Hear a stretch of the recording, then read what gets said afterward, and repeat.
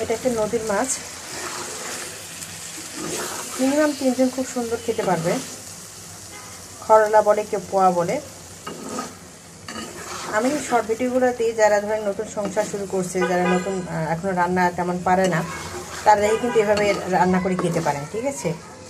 আর অনুরোধ করবো আমার চ্যানেলটা সাবস্ক্রাইব করার জন্য, যাতে আমি আরও সুন্দরভাবে গুছিয়ে আপনাদের ভিডিও আপলোড দিতে পারি, যাতে আপনাদের উপকারে আসে। কারো যদি উপকারে আসে অবশ্যই লাইক করবেন, সাবস্ক্রাইব করবেন।